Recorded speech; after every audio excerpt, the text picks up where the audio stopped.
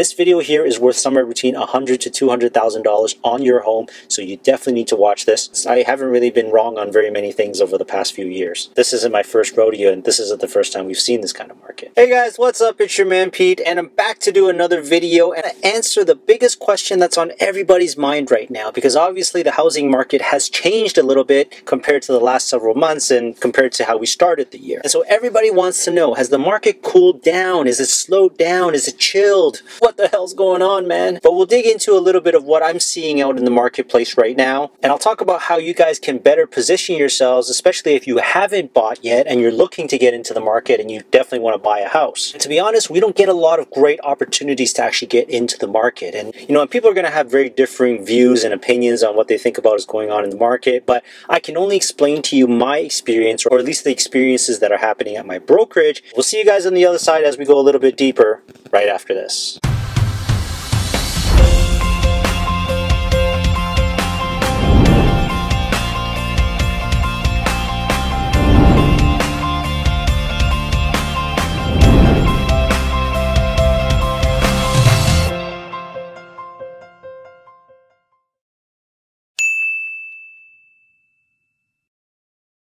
Just to recap real quickly, over the last 2 months, specifically January and February of 2022, it was absolutely nuts, right? There just wasn't enough supply. There was probably 10, 15, 20 buyers for every single property, and I'm mostly talking about houses here, where you weren't really sure where prices were going to go for the rest of the year and whether there was going to be more houses coming out to market, because over the last 2.5 years, all the numbers and the housing supply has been a little bit wonky and unpredictable. But it's really starting to feel like things might be starting to get back to normal here. As we know, here in Canada and Toronto, a lot of the housing schedule goes by the weather, goes by the kiddies' school schedule, and so it really starts to feel like here in 2022 that we might be starting to get back to that normal again. And we're definitely seeing it in the pandemic, where the mask mandate has been reduced or pretty much eliminated in all public spaces. And so these early signs of normalcy are actually being translated into the housing market as well too. And so yeah, we saw super tight conditions where there just wasn't enough supply for all the buyers, and then now here in March we're starting to see a lot more supply. The spring market is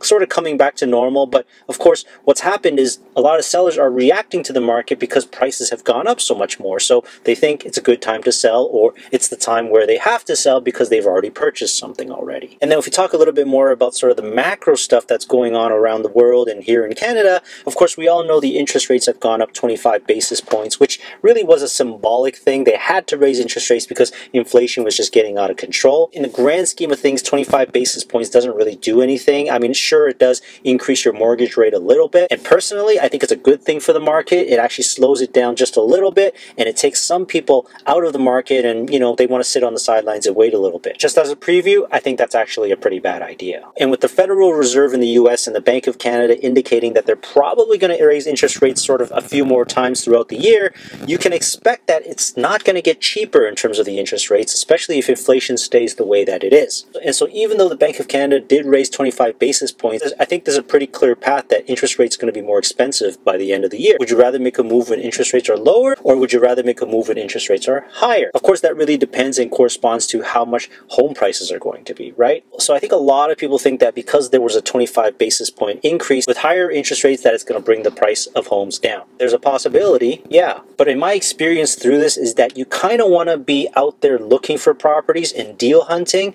after a big shift happens. And I'm not saying the market changed just because of 25 basis points. That's definitely not the case. But it's that awkward period, right, where home prices really shot up to a ridiculous rate. Sellers are still hoping and expecting that they can get those same prices again, but then they find themselves stuck, right, where they have to sell for less. Don't get me wrong, you don't need to feel bad for the sellers. They're still making money. But the idea is that they can't get the same price, or they can't get the same number of offers that they were able to get earlier in the year.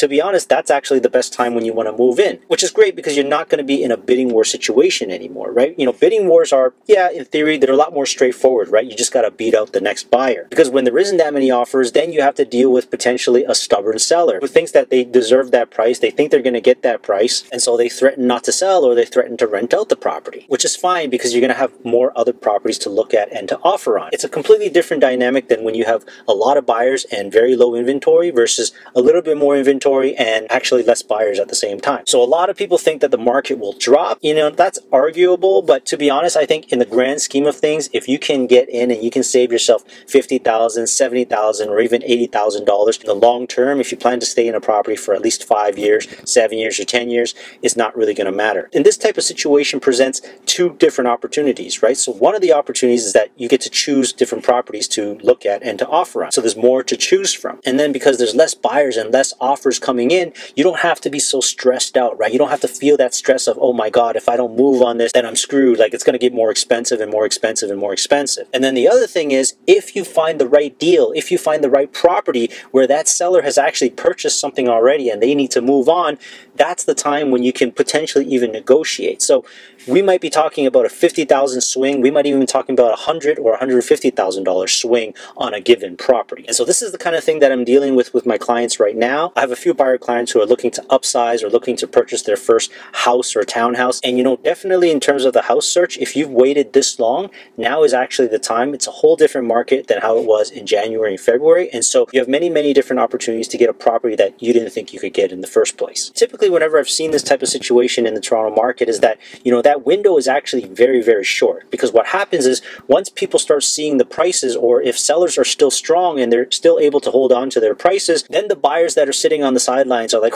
wait a minute, hold on, what's going on here? I thought prices were going to go down. And then they start freaking out, they start panicking, and then they start jumping back into the market again. And so, yeah, so there might be a very short window for you to be able to get some pretty good opportunities. And that window, you know, I think possibly could be a little bit longer this year, but it could literally just be a month. And then that's the month that you need to get in and try to get yourself a good deal. Because once the properties start getting bought up, you know, it never really stays cool for very long here in Toronto. And I'm not even saying it's cool. I'm saying it's probably more like 50-50. Because if you're going for really nice properties, nicely renovated, great location, and if you're in a neighborhood where it's still very low supply, you're still going to see 10, 15, 20 offers at the table on offer night. Yeah, a lot of it depends on the area that you're looking to buy in. It depends on how finished and how nice that product is. And then definitely, of course, it matters what the seller's expectations are for their property. If they need to sell because they need to move on to their next property because they've purchased already, that's the type of opportunity that you want to get yourself into. And we're definitely doing that for our clients. We're advising them to do that, and we're definitely making it happen for them too. And so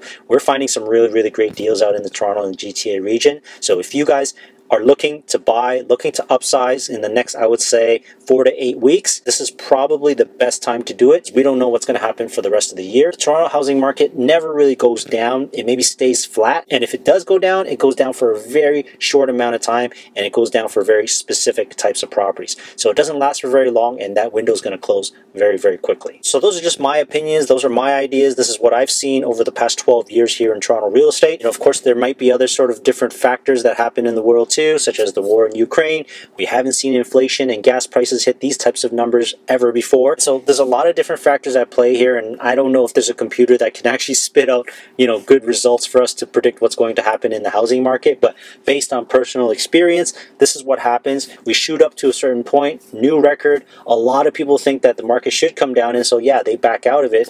And to be honest, that's actually the best time to make a move, because you want to catch some of those people who are, you know, I wouldn't say stuck, but they've already bought something already and they need to move on, and so maybe they'll want to sell their property for $50,000 or $100,000 less, which, to be honest, is a really, really big win here. Because the thing is, you didn't have to bid up an extra $100,000 to get the property, and now maybe you can actually get a good deal on it. So, you know, we're talking a delta swing of maybe $150,000. But the idea is that you definitely have to wrap your mind around the fact that Toronto real estate is better than gold, and it's not really going anywhere. Maybe we're taking a bit of a breather. Maybe it will be a bit of a slower year because things are going to get back to normal, so people are going to have more fun, they're going to be doing a lot more recreational stuff, and they're not really going to be focusing on buying too much property. But again, we're not going to break last year's sales and transactions records, I'm pretty certain of that. But at the end of the day, if you think you want to get a good deal, I highly recommend that you consider the next couple of weeks here, and you should definitely give us a shout here if you're looking to move quickly and you really want to get yourself a good home for a price that you never thought you could get in the first place. Contact is in the description below. Make sure you subscribe to the channel, give us a like. You definitely need to call us so we can actually execute on your behalf